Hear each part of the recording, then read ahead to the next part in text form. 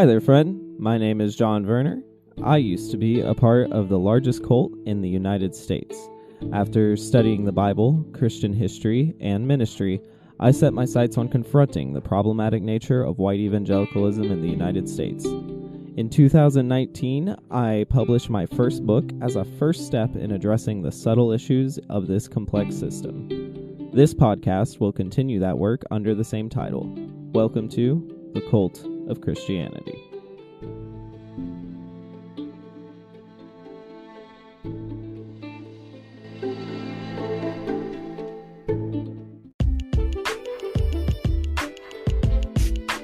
Content warning. While the Cult of Christianity often deals with tough subjects regarding religious trauma and other triggering topics, some episodes may be more explicit than others. This episode contains content that may be distressing to some listeners. This may include multiple mentions of self-harm, suicide, sexual abuse, or other intense concepts. Please only listen if you are in the headspace to do so. Take care of yourself.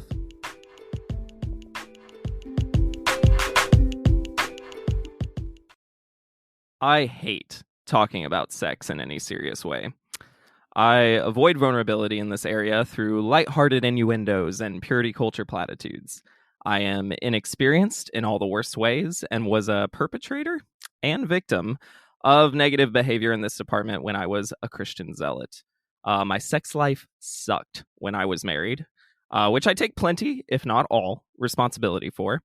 And I still feel pretty awkward and unintelligent when I talk about my current, mostly hypothetical sex life. And for this reason and many others, I invited a panel of experts to help me approach this topic. And I'm so excited they were all able to come on. First off, let's introduce Erica Smith. She is a sex educator with over 20 years of experience with a Bachelor's of Arts in Women's Studies and a Master's degree in Human Sexuality Studies. She developed the Purity Culture Dropout, TM, program in 2019 to help people learn all about all the sex education that they missed growing up in backgrounds like mine. This education is accurate, queer inclusive, trauma-informed, compassionate, and comprehensive. For most of her career, she has provided comprehensive sex education, HIV prevention services, and support to young women and queer youth detained in Philadelphia's juvenile justice system, also supporting transgender youth and their families since 2002. Erica, welcome to the show. Thank you so much for coming on. Thank you so much for inviting me. I'm really honored to be here today.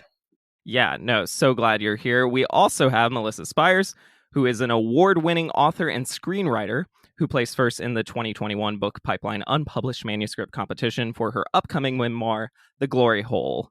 That's Hole spelled W-H-O-L-E.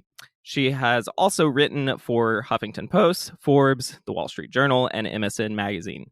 The Glory Hole is a memoir that will cover sin, sex, shame, and family secrets within the Seventh-day Adventist Church. And Melissa has authored many phenomenal essays on feminist topics, art, local history, fashion, business, and philanthropy. Melissa, thank you so much for coming on. Thank you so much for having me. I'm really excited to appear with this panel. Yeah, absolutely. And then last but certainly not least, we have Claire Jones. She is the human behind Pursue Your Wild, which is a professional cuddling service that also provides intimacy coaching. She's trained in emotional intimacy practices, empathetic listening, and various types of touch, prioritizing attunement to others' needs. She helps clients who want to experience more liberated sex, more intimate relationships, and a greater sense of freedom and empowerment. She's a survivor of sexual, religious, and therapist abuse, which has given her firsthand insight into the importance of having a loving support system. Claire, thank you so much for being on. Thank you so much for having me. I'm honored. Yeah, absolutely. I'm very honored that all of y'all were able to come on and that we made the scheduling work and the rest of it. But before we get too far into this, we should probably just kind of cover the actual elephant in the room, which is talking about sex, because we're going to do a lot of that. So are there any guiding principles about the privacy of individuals versus cultural stigmatization about when we talk openly about sex? In other words, can we have sexual privacy while creating a more accepting society? Let's hear from Claire first, and then go from there. Yeah, so I believe that we can still have privacy, absolutely. But I think that what is important is that we open up to our partners and most importantly to ourselves. I believe that that's really key. And then if we are honest about our needs and our wants as individuals and as couples, I really think that eventually that will expand into the collective. So yeah, I think that we can certainly keep it private as long as we are open and honest with the people that matter, right? Gotcha. That sounds like a good answer. Do you have anything to add, Erica? I do. So this is something I think about a lot because my career has been in the sexuality field, but I'm not that public about my own personal sex life. I know that there are other people in my field who kind of do talk about their own sexuality in a way that they are very open about it. And that's just not my orientation to the subject matter. I'm not saying there's anything wrong with being more open, but I find that it's entirely possible to talk about sexuality as a important topic while still maintaining whatever degree of privacy you're comfortable with. So when I do shows like this, I will, share some information about myself. But as for anything that's kind of uncomfortable for me or anything that I just consider private information, I keep that to myself. And I think that that's completely fine and normal that we can have these really open conversations, but also hold our own boundaries. I very much agree and relate to that. I don't like talking about it in a personal way or in a general way, but maybe we'll get back to analyzing me. I've got 3 people who can probably diagnose me with something, so we'll figure out my problems later. Melissa, what do you think about this idea of talking openly about sex, but also wanting to respect the privacy of individuals? Well, I think we're at a really interesting point in society right now where, America has generally kind of been a keep it to yourself type of puritanical thing where nobody wanted to talk about sex. But now that we've got this huge societal push led by the Christians to legislate every inch of people's sex lives and their sex identities and, their bodies and that whole keep it to yourself versus you can't do that is really fascinating to me. And I don't know that I have an answer for it. It's kind of an unfolding thing. I think personally, I have veered in the direction of being probably oversharing, especially in my writing. But I think that's to try to normalize it, just to try to get the elephant out there, paraded around. It's interesting you bring that up because it is true. There would never have been a radio show that, at least to my knowledge, maybe I'm being ignorant, but 50 years ago, there would not be a radio show talking about sex, and certainly not with 3 women on a panel. So we're talking about something relatively new. So it is kind of interesting that there's not just there's a very cultural thing happening right now with how open versus private sex life is. Yeah, I think so. And then of course there's the people who just want to shut it all down. So there are all kinds of kind of spikes of bigger extremes going on right now, I think.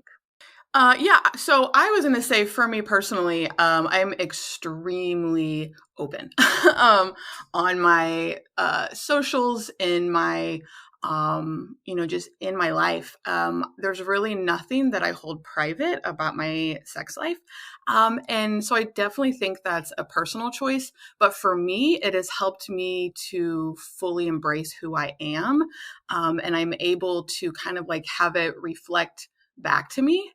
And when I was open about the things that I wanted, I was able to feel a lot of the shame and the fear. And then I was able to then work through it all. So it's really kind of helped me to develop a really rich sense of who I am sexually. But it was also very traumatic in a lot of ways. So it certainly didn't come without sacrifice. I just realized that I think something that's important to mention is that I'm the only person on this call that did not grow up in Christian purity culture. So I think that I can completely understand why for Claire and Melissa, it's very important to like be open about things and how that feels like so necessary and even like radical in a way. And I'm recognizing while hearing both of you speak that because I did never have the experience of having my sexuality like suppressed or hidden, that's probably why I'm just kind of like, yeah, I can talk about it or not. So I recognize that for some people, everyone on this call in particular, talking about it has to feel just so liberating. It certainly can, and I've seen that particularly.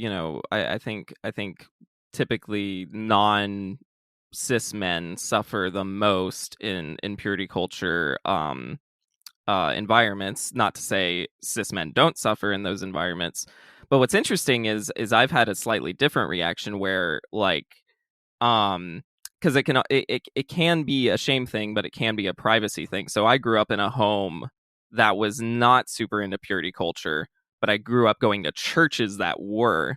So I had this weird dichotomy of kind of the private old school American, just don't talk about your sex life because it's private more culturally, and then purity culture on Sundays and Wednesdays or whenever else we were there. So like for me, I want it private, but it's hard for me to parse out when that's just the purity culture shame or when that's just a normal boundary. And I'm wondering, so the empowerment I think is huge for so many people, especially if they were more repressed, more judged. But for someone like me who didn't necessarily get the biggest the biggest bullets my way, it can be a very interesting thing to parse out coming from that background.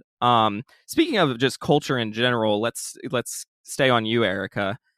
How would you describe Western culture, specifically the U.S., is worldview regarding sex? I know it's definitely multifaceted, but what are some things that come to mind? Uh, it is some of the most messed up that I'm aware of.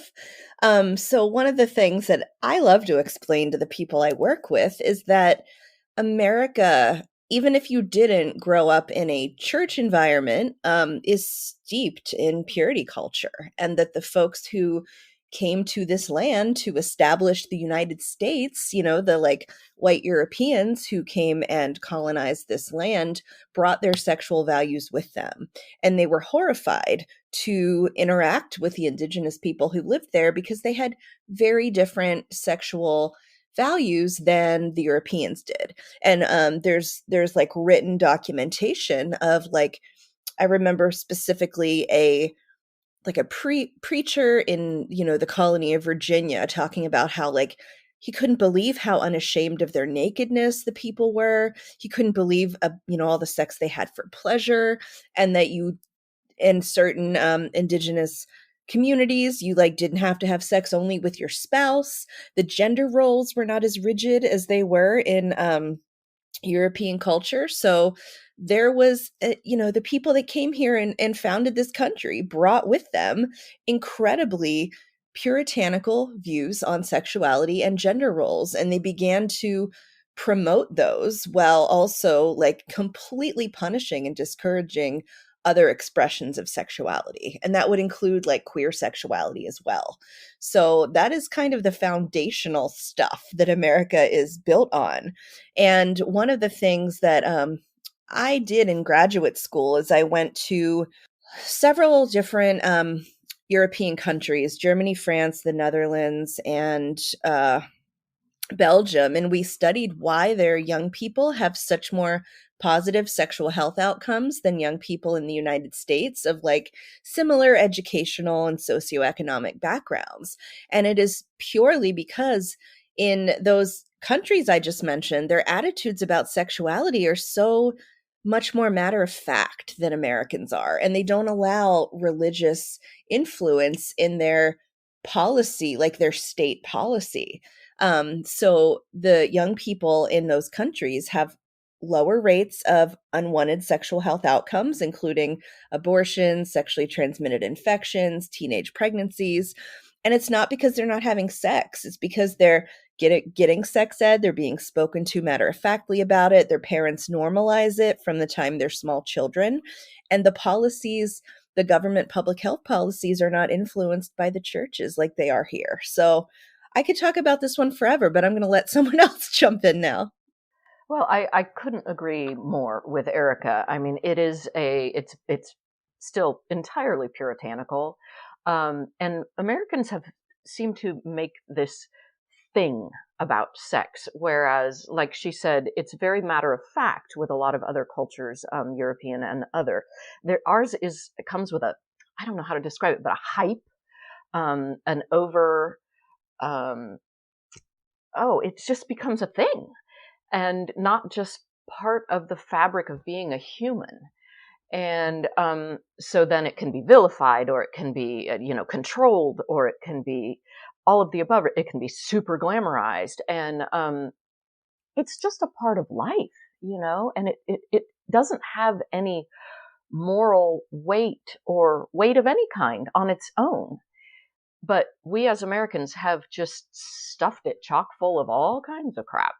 Yeah, it is interesting, that paradox, right? This, like, kind of Christians like to use rhetoric about the U.S. being over sexualized, and they actually have talking points. I wouldn't say they take it to a great conclusion, but they are pointing at something, and it is a weird perception about sex that the country has.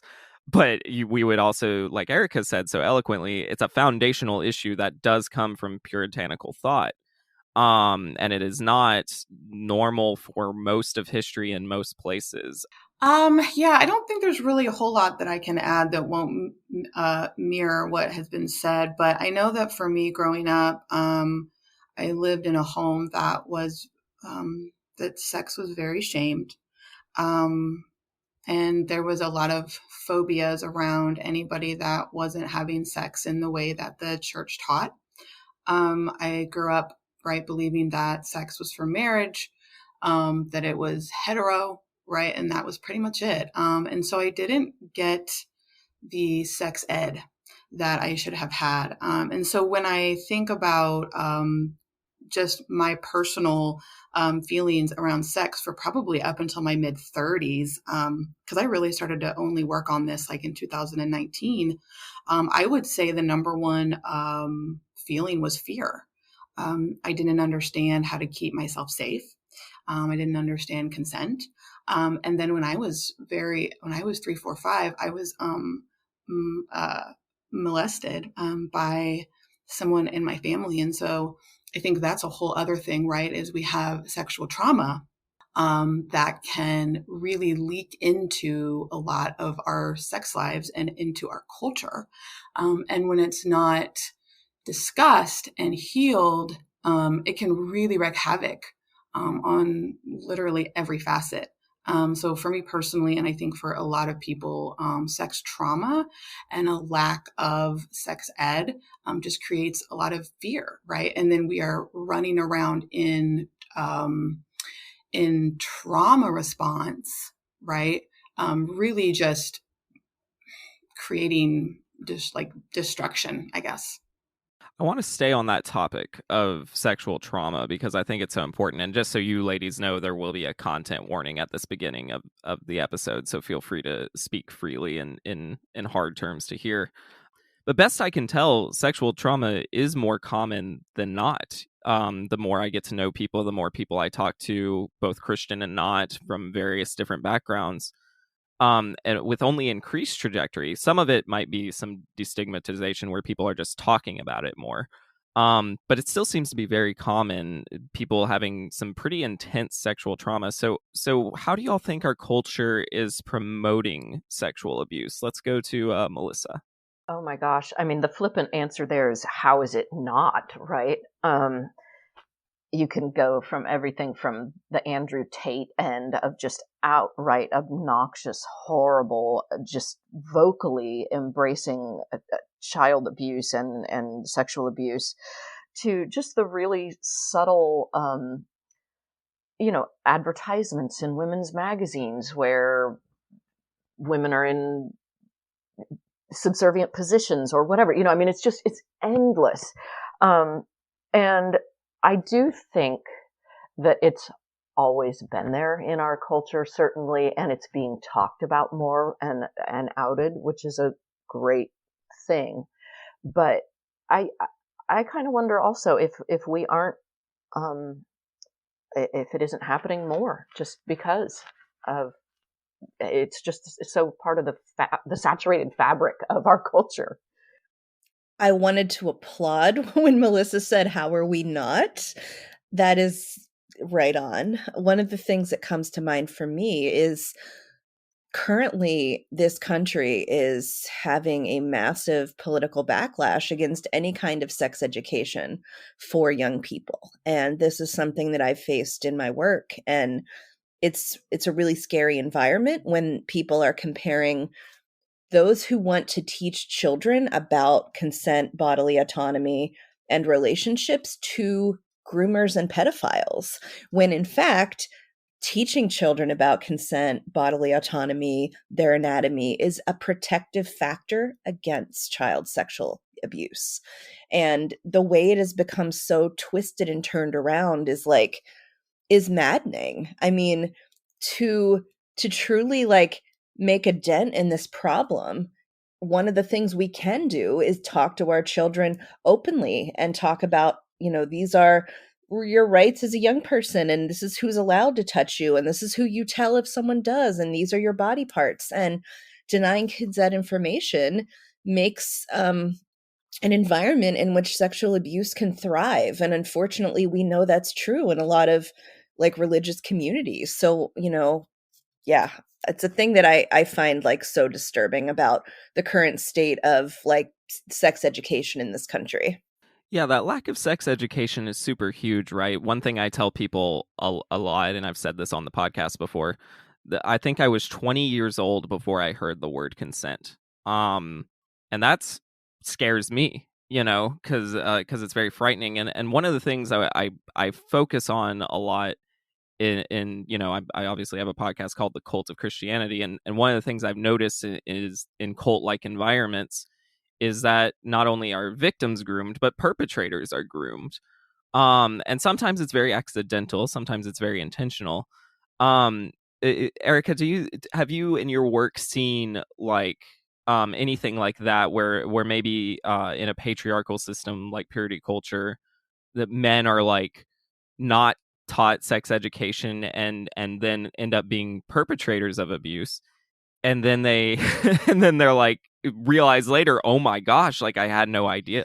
Absolutely. One of the things that I think is so damaging that is a purity culture teaching. I mean, they're all damaging, but one of them that stands out in particular to this issue is teaching men that women don't really want sex, and that to get sex from them, that's how you have to frame it, is like you have to kind of convince them to do it. You have to kind of manipulate them to do it. They're not going to actually really want sex. It's a duty for them. So you kind of get it however you can.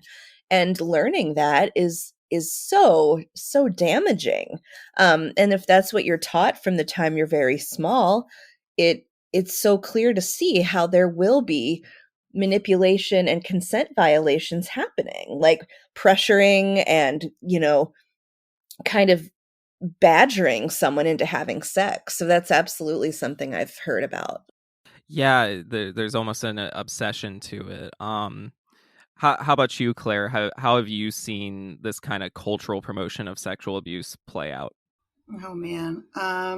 So I guess for me personally, and then like with the people that I've spoken with, there's just a lot of shame, right? There's a lot of shame that comes from church. There's a lot of shame that comes from our households, right? When, maybe we're caught masturbating, right? Oh my gosh, cover up. What are you doing? That's so gross. Blah, blah, blah. And it's just, we're taught from a very, very young age that sex and pleasure are bad, and we should be, and we should feel shame. And then shame, right, causes us to hide. And when we hide, we aren't direct. And when we can't be direct about what we want, we end up taking it from other people, or we end up, conducting in a manner that we are having to coerce. And it just comes off really rapey, comes off as a violation. I can't tell you the number of, so I cuddle, right? And the number of people that I cuddle that have asked me for hand jobs and various things like that is through the roof. And it really opens up a conversation for us to have. And I'm like, why did you not just tell me that up front? Why did you come to a cuddle session leading me to think that you want to cuddle and actually you wanted this other thing that another provider could provide? And so when we aren't able to be open about our wants and our needs, we end up hiding them, right? And then hurting people or confusing people, right? Because I'm left confused. But I totally get it, right? Yeah, that's such a thank you for sharing that anecdote because it's really illuminating kind of this why destigmatizing sex is important to do even in maintaining privacy of individuals, right? Because the without sexual stigma, that situation might go away. Go ahead, Erica.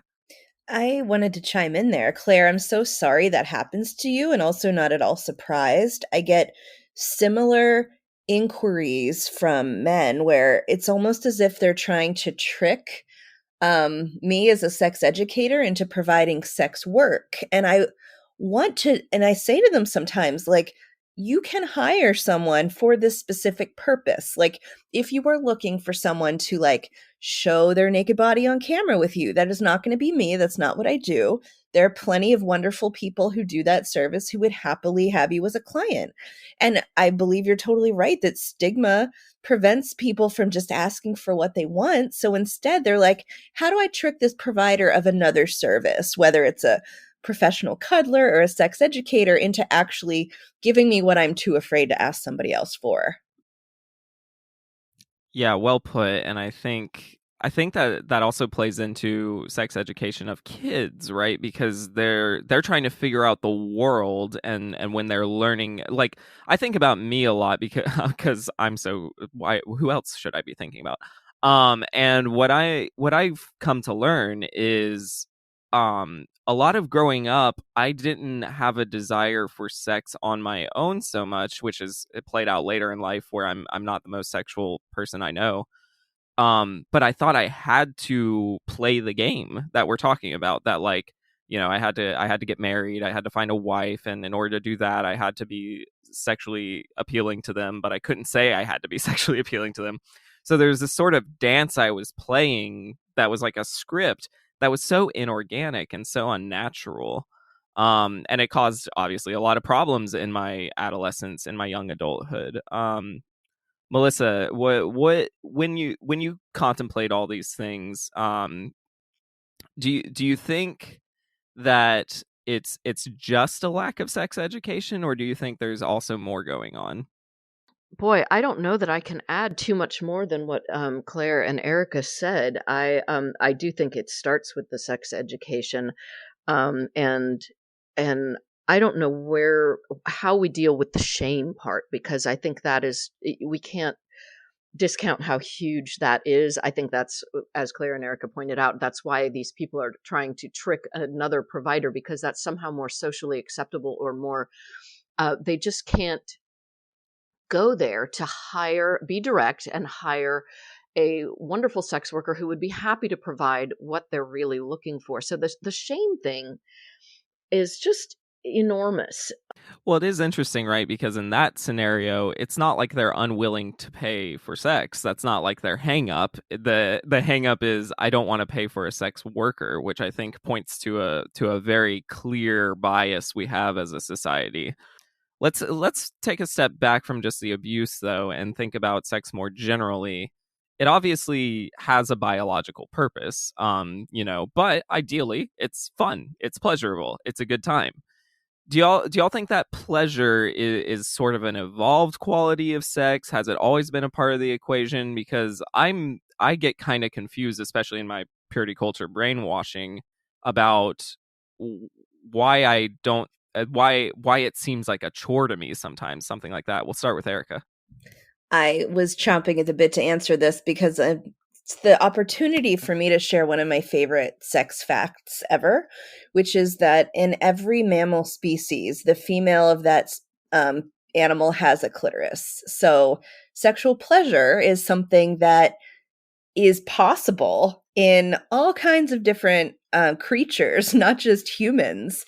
And the clitoris is one of those things that, scientists would love to think, like, what could possibly be the purpose of this part of the body? And it's purely for pleasure. So there's no other like explanation as to why our bodies have this ability other than pleasure. So I think it can be really helpful to just from an evolutionary perspective be like, oh yeah, like we've evolved to feel for sex to be a pleasurable thing. It's always been meant to feel good. Yeah. So I would say that humans, right, we thrive in connection, and pleasure is highly connective.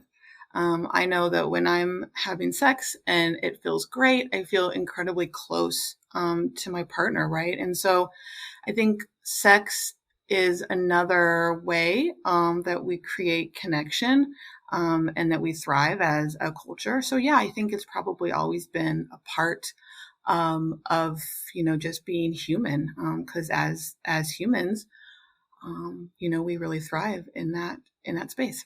Awesome. And Melissa, how do you relate to pleasure and having fun when it comes to sex and not just being all academic about it?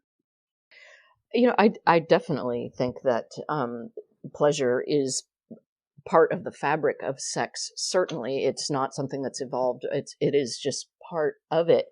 Um, I think often for purity culture people and just, I guess, America at large, it's hard for people to control you and teach you that you need whatever they're selling you if you are in control of your own pleasure. And so churches certainly are just against pleasure in general. They're just certainly against sex as pleasure. So they have to put all these conditions on it so that you're not just doing it for pleasure. Because if you're doing that, you're going to find that living your life in the self-fulfilling pleasure realm, you don't really need what they're selling.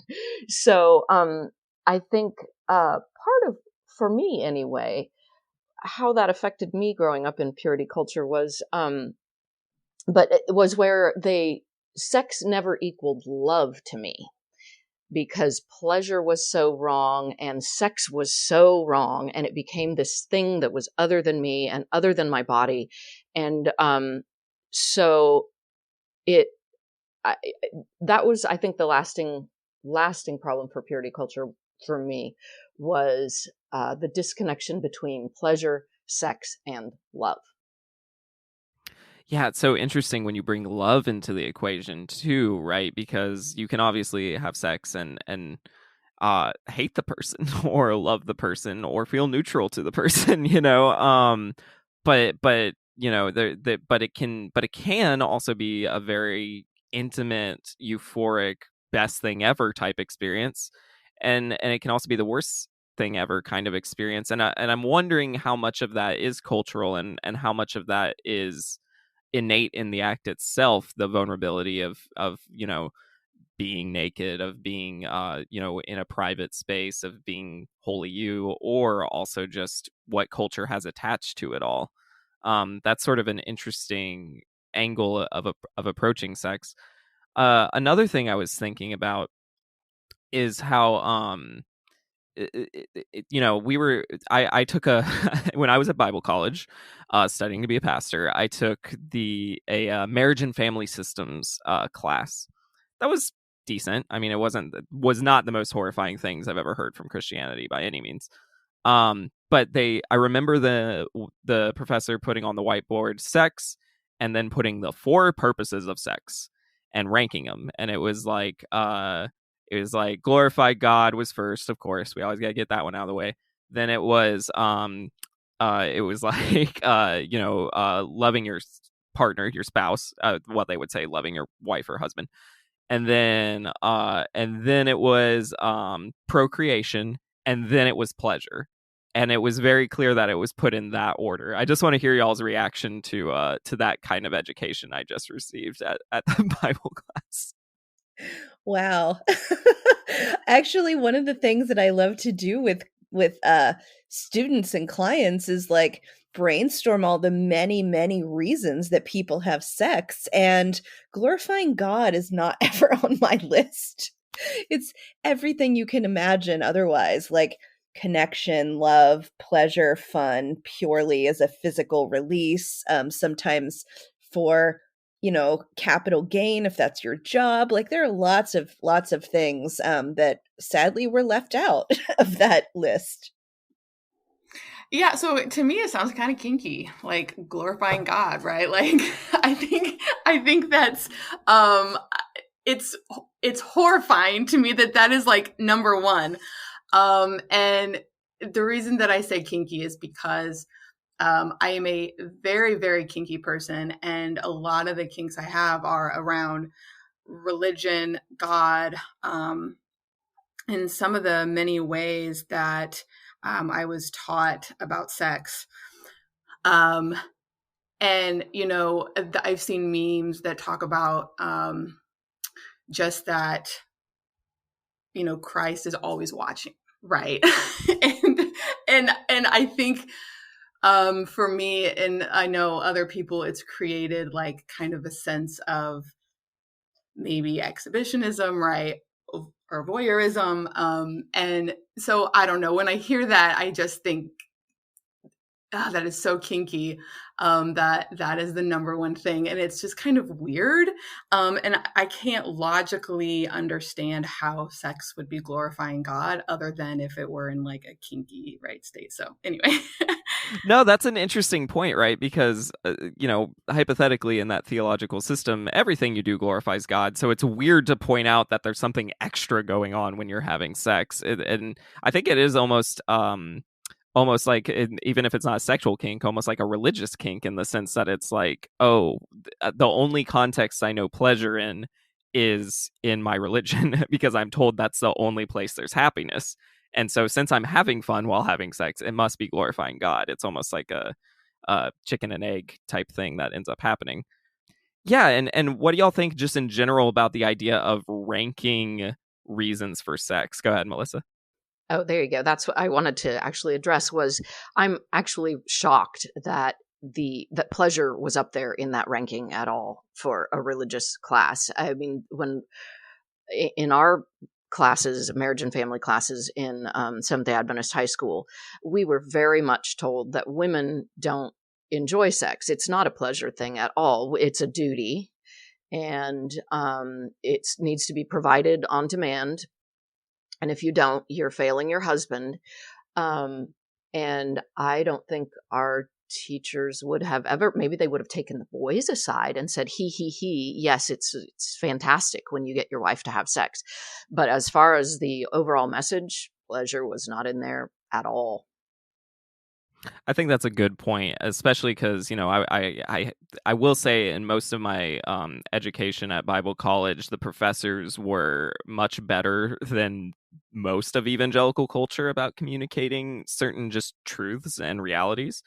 Um, but I don't think I heard the word sex from anyone in church my entire growing up.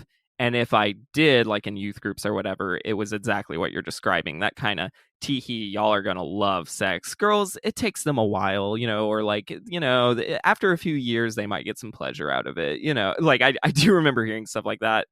And I'm divorced now, but before I got married, we did premarital counseling, and man, there was a lot of misinformation in my premarital counseling. One thing that sticks out is he goes, it can take 2 years before it's pleasurable, and that's normal. And I remember taking that and running with it. I'm like, oh great, then I don't have to have good sex for a while, because my pastor said so. I want to hear y'all's reaction to that too. I literally gasped. Like I went I mean, I'm so curious as to how this person came up with that figure, and if I don't even know what to say. I mean, I'm imagining, like, why would there be 2 years of unsatisfying or perhaps even painful sex? The assumption that that's normal is so disturbing to me. Yeah, I guess for me that I'm just like, yikes, like that's incredibly sad, and it's such a loss. Like I still grieve probably the what 15 years of my life that I wasn't having great sex, right? I was married to a man who was he was also raised religious, and we just had no clue what we were doing. We had books, right? We had things like that, but even sex ed at that point couldn't save us, and there was just zero pleasure, because him and I were both operating from these really strong roots, that teach that. Um, and so I still grieve, right? The fact that I missed out on several years, that I could be having the amazing sex that I have now.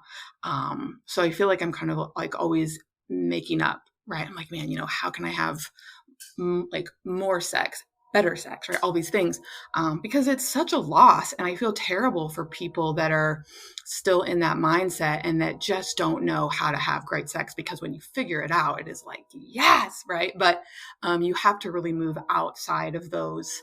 Um, you have to really move outside of that thinking, and it's hard. It's definitely very difficult to get out of that thinking, and especially if like in our case, as in many other people's cases, not just Christians, didn't go all the way till our after we were married and stuff, and so like there was just a steep learning curve, and like you said, you can try to repair later with sex education, but there's just this root of shame and root of misinformation that's just like haunting you, so it can be very difficult. Zooming out one more time, just as our culture at large kind of has this newer relationship with with freedom of expression, when it comes to sex. It can be that expression of different sexual identities can be extremely rewarded in certain contexts and really punished in others. So is sexual identity more productive or harmful? In other words, what are the pros and cons of expanding or redefining our collective terminology when it comes to sexual identity? Thinking of not just, gay, lesbian, but having a lot of terms to describe queer identities, or not just monogamy or polygamy, but also talking about polyamory and like kind of expanding the definitions more and more.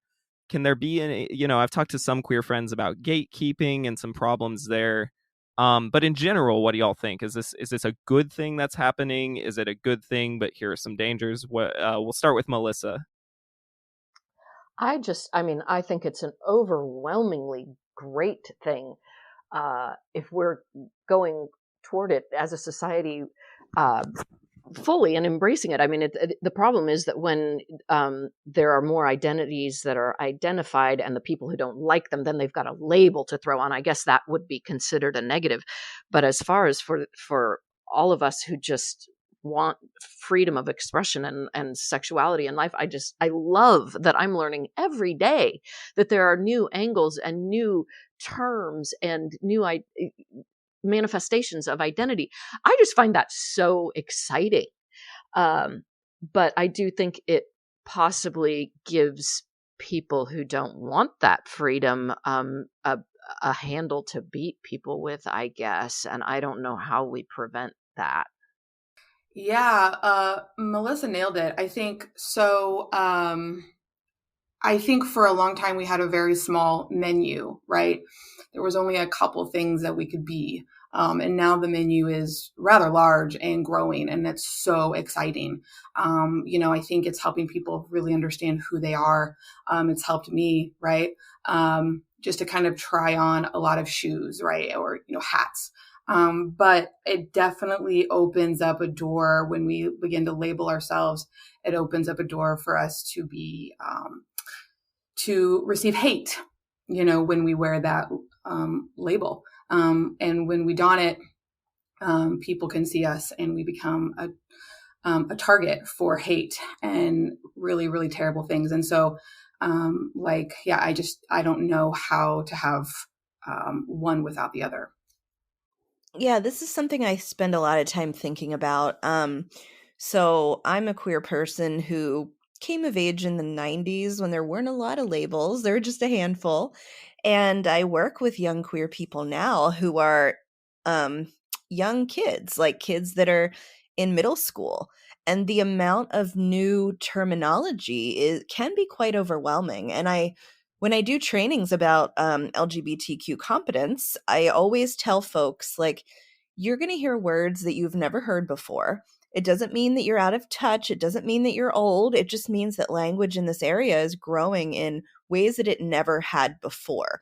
Language in the queer community and, around the sexual and gender identity terminology is exploding. And I liken it to the language we use about technology. So, 20 years ago, you wouldn't have known what I meant if I started talking about cryptocurrency and Bitcoin and, all these words that we use now without a second thought. And the same is true when it comes to gender and sexuality terminology. So I like to encourage people to just have an open mind about it, learn what it means, and say, okay, that's another new word.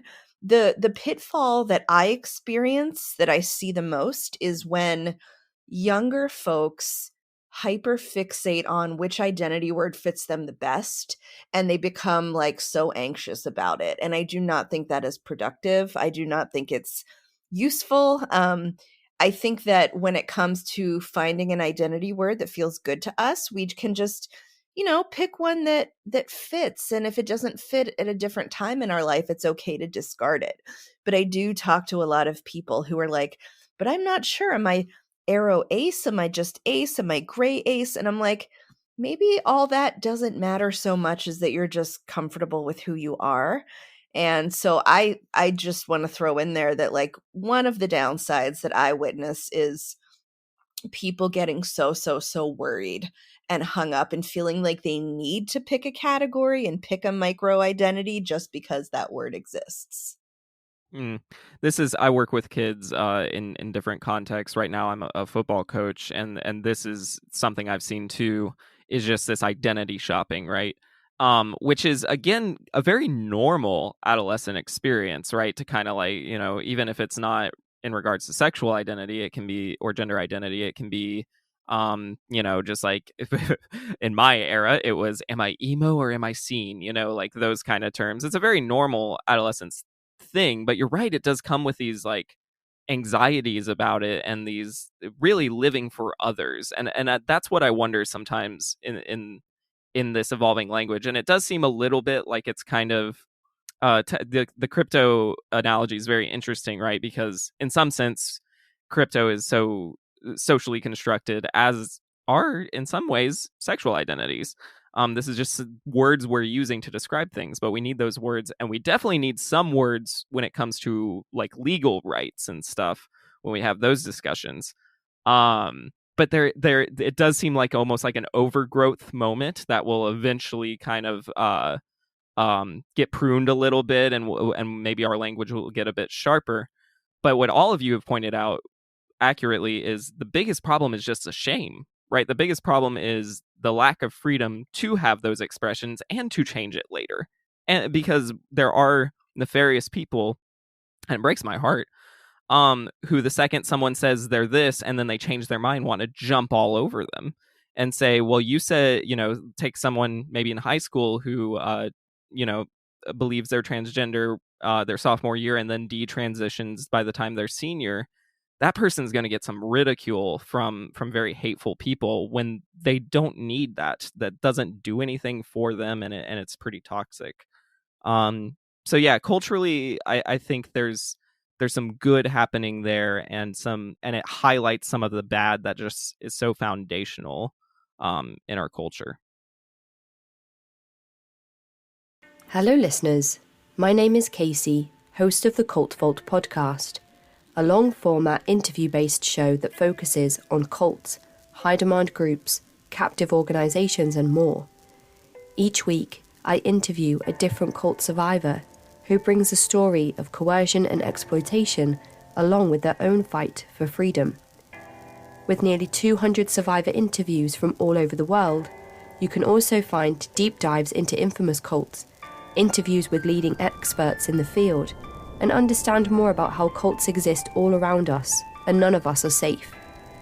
Each month, I feature a different author on the show who has penned a compelling memoir about their cult experiences, which we discuss at length on the show, with copies of their books available to listeners. You will never be short of insightful and moving content here at the Cult Vault podcast, available on all major platforms.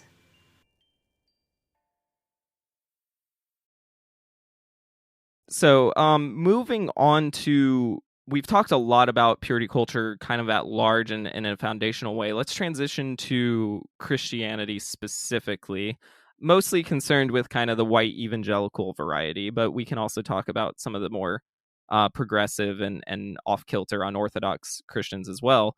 Can there be, or has there ever been, any healthy theology or religious ideology concerning sex and intimacy? Well, I would say that I'm not the best person to answer this question because I know very, very little about theology. The closest I've come to reading sort of progressive theology about sex is Nadia Bowles-Weber's really wonderful book, Shameless, A Sexual Reformation. But because Christianity is not my background, I would love to hear what other folks have to say on this one. I think my short, very angry answer would be no. I think the bottom line is that theology, religious ideology, shouldn't have a say in sexuality at all. I think there are a lot of reasons for them to want to try to control people's sexuality, but I think it is harmful. I think, a healthy attitude toward sex and intimacy involves respect and boundaries and autonomy and consent and a lot of the things we've talked about, which are all very antithetical to a church being able to function effectively. They don't want their members to have that. So I don't think it could ever work well. I mean, if you're looking outside Christianity, like Buddhism or something, their basic do no harm, I guess you could apply that to sexuality along with everything else. But I think no. I think they need to keep the hell out of it. They never will. Yeah, I spoiler alert, I'm probably very similar just because of my worldview, seeing the cultic behavior. But I'm open to hearing if there is I always tell people I'm always open for a Christianity that is loving. I just want to be shown it and how it works. Oh yeah, I mean it's just a resounding no, period for me. I sat on this question last night whenever I was, just kind of thinking through things, and I was like, man, have I ever seen or heard or read, right, anything that like from the Bible that brings anything more than a controlling aspect to sex? And no. So that's all. No.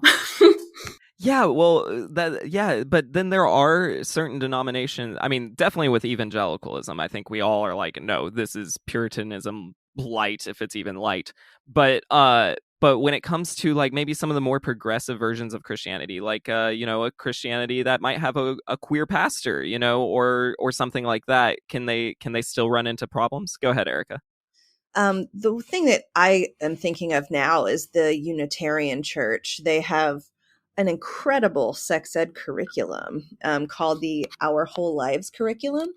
And it's taught like widely among the young people that go to Unitarian churches. And so I know it's possible to have those kind of takes, but it seems like they're exceedingly rare for sure. Yeah, it's interesting when you get into Unitarian because it's such it's almost, I like to call it irreligious ideology in some ways, right? Because it kind of is forced to say that all religions are equal, which is in some ways saying religion doesn't exist. But it is interesting that there are movements that still, a lot of people go to church for community. I mean, there's a lot of like good reasons that people want to go to church. And like there is a lot of real human needs that are sometimes addressed at church. But I'm always worried and certainly traumatized about the darker side of what else could be going on. If y'all could make up a theology, because I even when I was Christian, like I was always trying to be an evangelical that didn't use shame-based theology. And let me tell you, I had to leave because I couldn't do it. but let's try to get in that mindset. Is there a way we could construct a theology that maybe allows for a healthy sex life? I'll jump on that one. I think our long pause there just about said it all. I think the cup where that might be imagined is pretty empty. I can't imagine one. It's just so hard though, because I'm like, well, you got a God who's love, you got, a redemptive arc with Jesus. Is there something there? But it's like any way you start making rigid rules that aren't, based on, like there's obviously some good rules like consent and boundaries and communication. But it's like, but those rules serve people and don't serve a God. There's like it still is about the person's freedom. So yeah, I tend to think also no, I don't really see a religious ideology that has that kind of hierarchy that could be healthy in this department.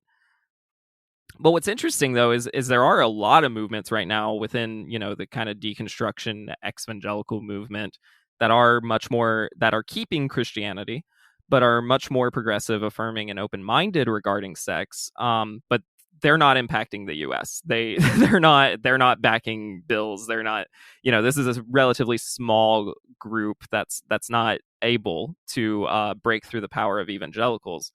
Why are evangelical ideals so defining of sexual ethics, regarding Christianity as a whole, and also just regarding Western culture as a whole? Yeah, I mean, I think it's all about control, right? I think that for whatever reason, like that group of people, that it's all about control, and they're very far removed from love. They're very far removed from connection, intimacy, anything like that. And honestly, like I have a hard time with this, because I cannot, like, my brain and my heart do not understand hate. I don't understand um, anything anything where we try and control how another person lives their life. So we're kind of starting to move into a territory that I struggle with, because I don't even almost have words for, like, how can evangelicals, and I was like dumped into a pit of darkness whenever I was born. Like, my family was just the epitome of, like, dark, hateful, like, bigotry, just awful, awful. Just, I don't think I ever felt loved. It was just so much abuse. And I had to really crawl my way out of that. And so to even kind of go back to that can be kind of triggering for me. And so to even look back, yeah, I guess that's just it. I think it's all about just controlling and power, right? When I think about that group of people, it just is just steeped in this hunger for power. Yeah, I guess that's all. It's an interesting point. I'm curious about where that motivation for power comes from. Erica, did you have anything to add or any theories? Well, I hope that I'm on topic here, but when I think about, like, why would it be beneficial to control someone's full sexual behavior? I go back to thinking about, like, evangelicals intentionally creating political power in the late 1970s and deciding that we need to get evangelical policy. We need to get evangelical people in office, and we need to do all that to promote our agenda. And so I think about, in particular, like Jerry Falwell Sr. And his cronies at the time really wanting to continue to segregate their church spaces and their church schools. And because they knew segregation wouldn't be something to rally a lot of people behind, they're like, well, we're going to pick abortion as the topic. And I think a lot of things spun off of that. Like, we decided that we're going to get people riled up about the topic of abortion, even though previously they considered that like a Catholic issue. Previously, the Southern Baptist Conference didn't actually say much at all about abortion. And so I think a lot of this, like, attempting to control people's sexuality in such a deep way really, like, kicked off with this period in time. It's very relevant, and you're stealing my thunder a little bit because I was going to go back to that point towards the end. But you're you're absolutely correct. About that. But it is very true that, like, there's certainly kind of a power dynamic, and it's very mixed with political ideology. But let me frame the same question just slightly differently. Evangelicals are the minority of Christians worldwide. Like, statistically, like, evangelicals are a very a subculture of a subculture. They're not like this big worldwide thing when it comes to number of adherents, and yet they do define Christianity in the US. And that's so interesting to me. Is it just because they merged with the political world, or is there something about their sexual ethics that becomes so domineering as in that? Is it just the puritanical foundation, or is it just a multitude of factors? What do you think, Melissa? Well, I think to build on what everybody else said, control and power, absolutely. And then you just touched on one thing that I think is really important, is especially prevalent in the evangelical community: fear. I mean, they are so afraid that somebody's going to take their little niche, their little corner of power, particularly white evangelical males. And they realize that they're in the minority, and they are getting to be more in the minority, and they consider themselves the top of the heap. And so there's this fear, and they need control and power any way they can get it. Of course, a great way to do that is sexuality, particularly control women's sexuality. So we've been seeing that more and more and more. So that all makes total sense to me. The things that don't make sense to me in this, though, are like the extent to which they try to control sexuality. Like, why are they all so obsessed with masturbation, for God's sake? You know, like, what does that do for them? I always laugh when I see this stuff. It's like, why? Where are you going with that? So a lot of it makes sense in terms of their fears and their lust for power, and some of it is just freaking nonsense. I have something that is just such an interesting fact to share, that is spawned by Melissa's comment that, like, why do they care so much about masturbation? During the Victorian era in England, they the upper classes started to ban pornographic material because they were convinced that the lower classes of working people wouldn't be as productive if they masturbated and read erotic novels. So they really thought, well, we can allow the upper class men to read erotic novels and masturbate, but it's not something that the working class should do because then they will be less productive. Capitalism, baby. In school, I'm in online school at NYU, and a lot of times a professor will be making a point, and it's now become a bit of a trademark that I'll just type in the chat, "Capitalism, baby," because it really does affect so many things. That's interesting. I thank you for teaching me that. I had not known that.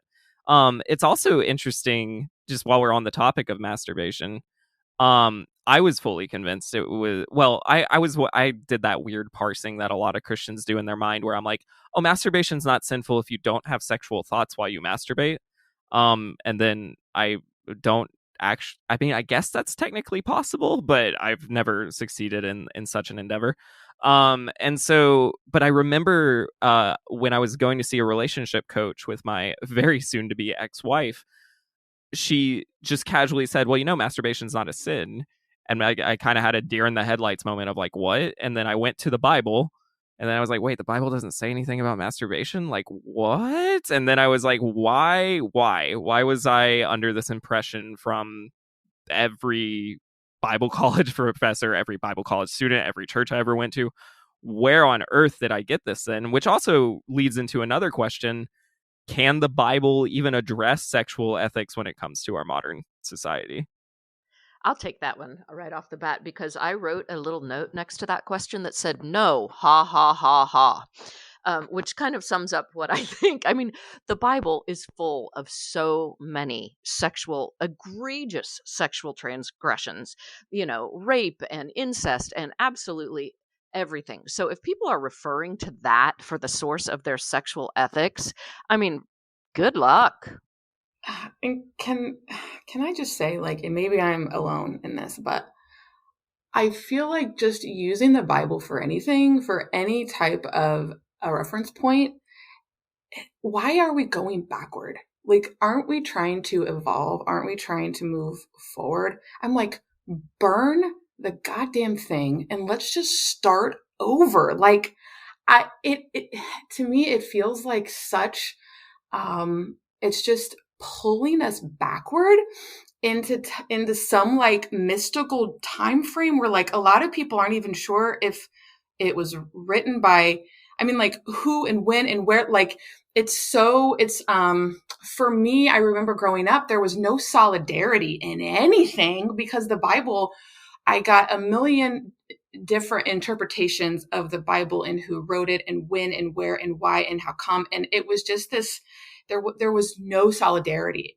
in it. And so I'm like, to continue to pull from it is really preventing us from evolving in all the ways. I think you hit the nail right on the head there when you said, aren't we trying to evolve and progress? And I think the answer to that, unfortunately, for the evangelical corner of the world is no, they're not. They're trying to go back. They want it to go back. Evolution and process and progress forward is scary and no. So let's bury our heads in this ancient book that has no relevance. Well, it's certainly a theological perspective that is not that would not view it doesn't view progress certainly in the same way we seem to, where let's go back before the fall, let's go back to and then like sort of romanticize different eras. For the evangelical, they'll romanticize the Protestant Reformation, which was just this terrible time in the world where so much pain and suffering was across the board. There's a preservation now. There's a part of my soul somewhere that does like the idea of preserving things. Sometimes I'm a softie for preserving history through architecture or preserving storytelling. I like ancient stories. My interdisciplinary degree in undergrad was ancient literature. I care a lot about this, but I don't draw my ethics primarily from there. Sometimes it plays in, but I don't think it can really speak to what we're trying to build now. Erica, what are your thoughts on this? Honestly, whenever I hear the phrase like biblical sexuality, I think I just like black out. Like I'm just like, for so many of the reasons that you all have stated and what Melissa was saying, that like there are so many examples of horrific sexual ethics in the Bible. So I think when it comes to one of my favorite things to do with people that are struggling with this very question is to prompt them to create their own set of sexual ethics that feel right to them, that feel good to them, that feel like they're actually based in the values that each individual holds. And I don't think that sexual ethics can be something so broadly applied to like every single person and circumstance in the world that we can say, this is it for everyone. I'm sure that my personal sexual ethics are different from lots of people's who might even hold very similar political opinions than me. So to say that we can, go back and keep sexual ethics that come from the Bible, I'm just like, why? There's, to me, no reason to do that when we can create healthier ones that are more in line with our value system. Well, you kind of just said it, right? Like it's this undercutting of trust in ourselves and our ability to do that, which is just this shame and fear we've been talking about. But there's two things happening, right? In my worldview, I always try to make a distinction between cult leaders and cult followers, because I do view cult followers a lot of times as more of a victim than anything else, who are have a lot of deep-seated fear and shame and need the cult to drag them along a little bit. And I actually don't shame those people, because life is very hard, and sometimes it is way easier to kind of give yourself over to someone else and let them run your life for a bit. But it's not healthy. And for the cult leaders, Erica touched on this earlier. If they can control the most private and intimate moments of your life, they control everything. There is no part of your life that is yours anymore if they can control that very private, intimate moment. I think we all agree with that idea. I guess I'll ask the question this way: how intentional do y'all think that is? Is this just an accident that like cult leaders are ignorant or Christian leaders are ignorant and they're not quite understanding the damage they're doing, or are they very and indifferent to the damage they're doing, or are they very intentional in the damage they're doing? So I would like to speak on this. Right after my divorce, I got romantically involved with somebody who was a leader of a cult. And I think it's both. I think he was, what was he? He was in Utah. So he was a Mormon. And I think a lot of his was from his past, right? And he was kind of just regurgitating. And so I think that, but he was a really evil man, and he knew what he was doing was wrong. But I think he really, over a period of time, he just really started to believe his own shit. And I think that's what happens. I think regardless of where it originates from, eventually these people just begin to believe their own bullshit. And it turns into truth, for them. So I can't speak for everything and everybody, but I know with this particular person and me being so close to him, that's exactly what it was. I'm not exactly sure where it originated, but he really, really believed what he was spitting out. And there was no challenging him at all. I just want to build on what Claire said, because I think that's really right. And part of my memoir is about finding out that there was a sexual predator who had abused his church position in my family, and someone that I absolutely worshipped. And tracking down the victim of that and talking to her and trying to understand how this person that I loved and idolized so much could have been that predator. And, I came to the realization that they know, and obviously everybody's different, but it seems to be they know they're doing wrong, but that doesn't make them take personal responsibility for that. Wrong can be forgiven, right? What I've never seen happen is I've never seen them take responsibility for the damage. They deny the damage. They say, oh yeah, it was wrong. But did I damage you? No. Because then they have to take responsibility. And I've never seen anyone do that yet in a church setting. Yeah, well, it's not like church settings are really built for that. I'll be very honest. I was abusive, not necessarily capital A, but I was definitely like abusive towards my ex, not physically or even verbally, but just emotionally. And there was an element of knowing that what I was doing was bad, but there was a sort of brain fog around it, right? Where I had this outlet of sin, and I had this kind of like theology that would protect me somewhat from virtually anything. But what was very fascinating to me was that the freedom to mess up was applied the more Christian leadership roles I took on, the more I fed into the system. I was allowed to speak more freely when I was married than when I was single. I was allowed to say certain things to my pastor when I was the youth pastor versus when I wasn't. You kind of develop, I mean, it's very narcissistic, right? But you develop this weird feeling in your gut of, I know this is wrong, but I feel like if I go against the grain at all, like that will actually be what gives me consequences, not this bad behavior or this bad practice or this unexplored ideology that is causing me to harm the people I care about, but I just can't stop because I feel like the system is making me do that. But I have to also bear personal responsibility with that. And looking back, that's one of the hardest things I still deal with in therapy and in other things, is like dealing with that former Christian self that knew he was doing some things wrong, but wasn't trying to, but couldn't take responsibility and needed to take responsibility. And it's a very difficult thing to process through. And part of why I do this podcast is that's really important to me, that people understand that it's not like a cult just churns out victims, it churns out perpetrators as well. I think it's really awesome, first of all, that you are able to recognize that you perpetrated abusive behavior towards other people. I don't think we get enough examples of like accountability. So I just want to say I think it's cool that you said that. But yeah, in all of my, I guess, reading and learning and hearing about cultish behavior from other people, I agree with you, John, that like the people who are kind of like in the down line of the main leader are often victims themselves.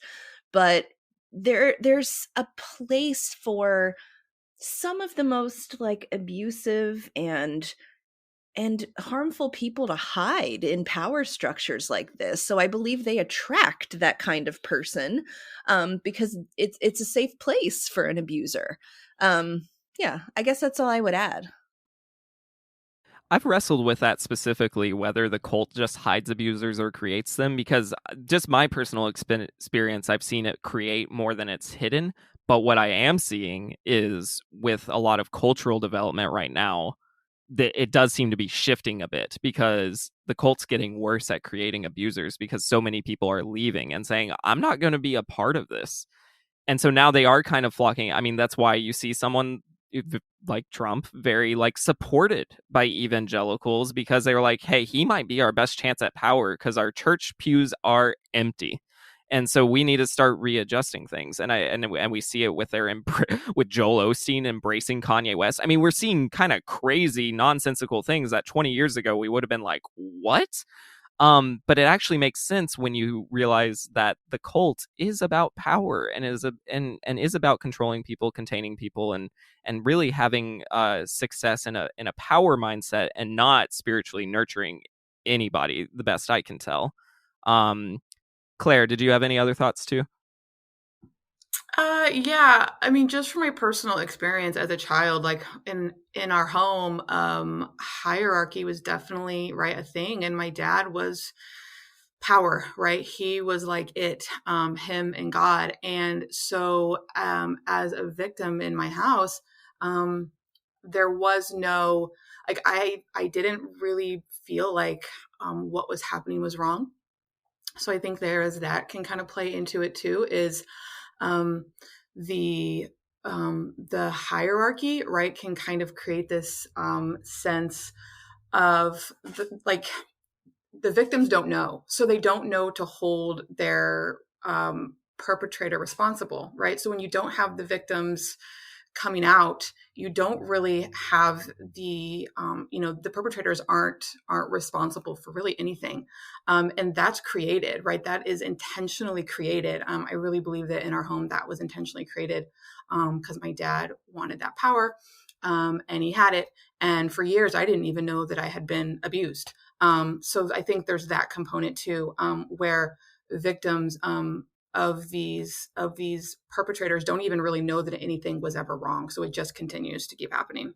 Yeah, kind of a denial. I definitely partook in a lot of denial in my Christian days, and gaslighting, and the rest of it, just like this kind of, I don't want to approach it. So it was a very fear-based response to confronting bad behavior, for sure.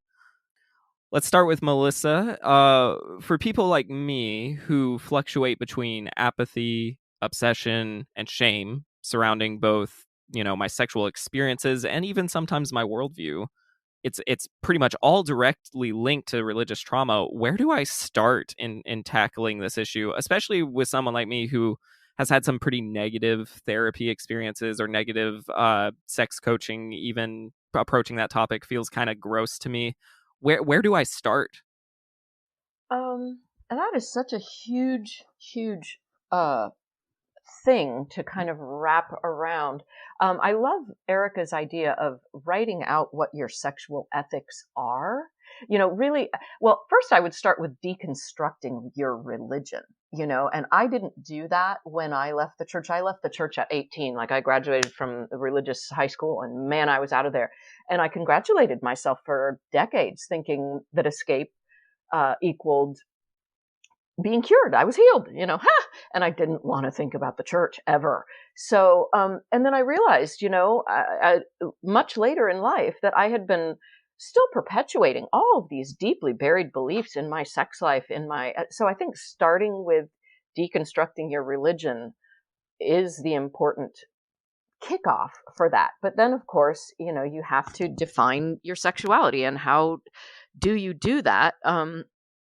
I love the idea of starting with sexual ethics, possibly even just, it's so silly and sounds so new agey, but sitting and picturing what a good relationship would look like to you. I don't know that I had one modeled in my parents' relationship. We certainly didn't have it taught to us in school. So turning to sources of where you think might best show you what kind of a relationship and sexual life you want to have. And then, my favorite is to just go out and go for it a little bit. I mean, at some point you have to get in the water. And that's the fun part. But we've got to be prepared for how we're going to deal with the shame and the fear of not being perfect. For me, there was a lot of perfectionism also tied up in the whole sex being a bigger issue than it needed to be. Somehow you thought there was a right or a wrong way to do it. And so, yeah, that's my scattershot advice for what it's worth. I'm really interested to hear what Claire and Erica have to say. Yeah, so I can really only speak from what I did, right? And so that's just kind of what I'm sharing always, is when I really began to learn about who I was, what I wanted, and what was in the way. I started a journal, and I stream of consciousness. I don't know if you've heard of that, but it's literally, I just put my thoughts raw on paper. And I was really able to look at what I was thinking on a daily basis. And I was like, do I want to be thinking like that? Right? Like, are these thoughts like moving my life forward? And a lot of them were not, right? So I spent a lot of my time with myself in my thoughts and in my feelings, really kind of looking at things and changing things, really rewriting that story.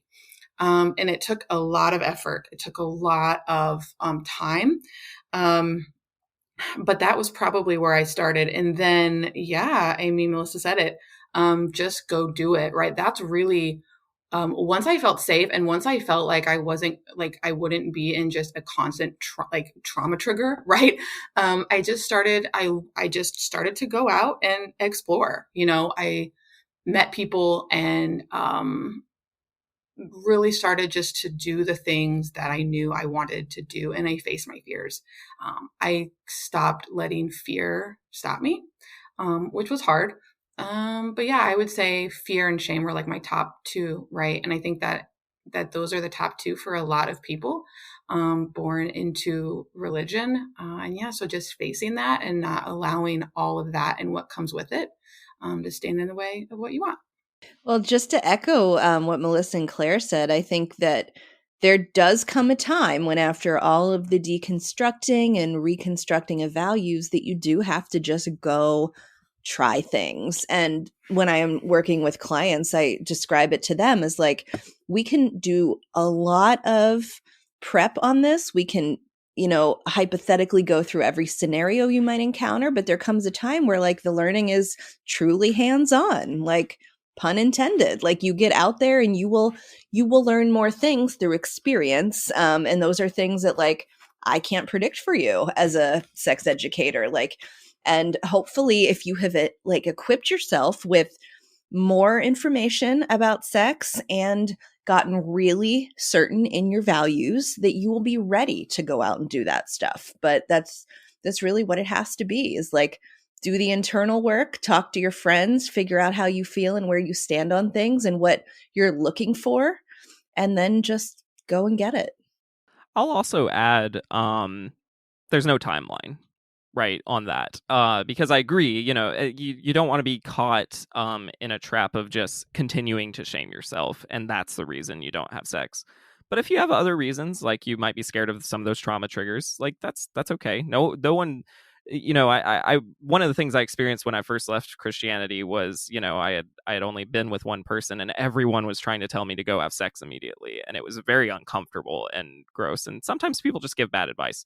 But it is true that you don't want to get in a mindset where fear is still controlling you, and that can be in this area can be a big thing. So, you obviously can go see sex coaching or therapy if you do want to explore that. I've talked a lot in therapy about this area, and it has been super beneficial. Even when I feel awkward and it's tough, I think it's a very good thing to start discussing. Ladies, this was incredible. Y'all are also articulate and wonderful, and this has just been a thrilling discussion that covered so much ground. Thank y'all so much. I do want to pass the mic to each of you to get a chance to promote what you want to promote, whether it be your own personal business or just, a good resource. Let's start with Erica. Yeah. So also thank you. This was a really wonderful conversation.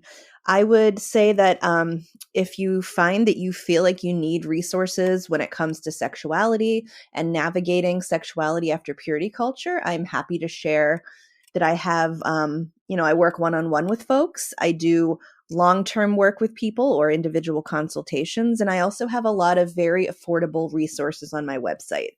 So I have recorded classes about your first time having sex, casual sex and dating, how to communicate with your partner. And all of those are available on my website and they are on sale. And I also did write a sexual values workbook that can help people deconstruct and then reconstruct their own sexual values. And the thing that I'm going to be doing next is teaching a class for parents on how to raise children without sexual shame. So you can find all of that stuff at purityculturedropout.com. And thank you again for this wonderful opportunity. Thank you so much, Erica. How about you, Melissa?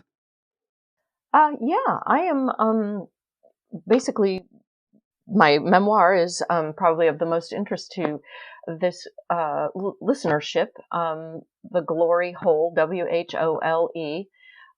It is going to be starting to make the rounds of publishers here in the next few months. So you can follow me I'm on all the socials as The Glory Hole. I'm the most active on TikTok and Instagram. And I discuss there all kinds of issues around purity culture, everything about the Seventh-day Adventist Church. I speak out in a lot of critiques about that. And then I will keep updating on when my memoir is coming out. I can't wait. I'm so excited to read it. Claire, go ahead. Yeah. First off, thank you so much. This was so much fun. I learned a ton. So I guess the main thing for me would just be my socials at Pursue Your Wild, TikTok, Instagram, also on Facebook. And I write a blog, which I think is probably like my largest passion. I really, on my socials and in my blog, I'm just always sharing my own personal journey through deconstructing my faith, right, and how that has looked, and all of the fear and the shame, that tends to come with it. So yeah, if you're interested in that, check it out. Thank you so much. Your blog is great. I've read all of them, I'm pretty sure, and it's fantastic and raw. So definitely check that out. Ladies, thank you all for coming on. Again, this was a very good experience for me, and I'm just so grateful that this happened. And yeah, thank y'all so much. And thank you, listener, for stopping by. I'll talk to y'all soon.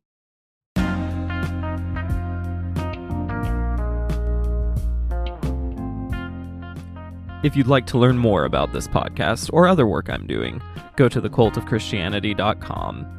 If you'd like to support this podcast, listen, follow, share, and consider subscribing for $5 through Spotify for additional content, or give as much or as little as you can to support this work through links in the show's notes. Every dollar helps further this important discussion as well as start other exciting projects. Thanks for listening, and remember to keep love in your life, hope in your heart, and searching in your soul.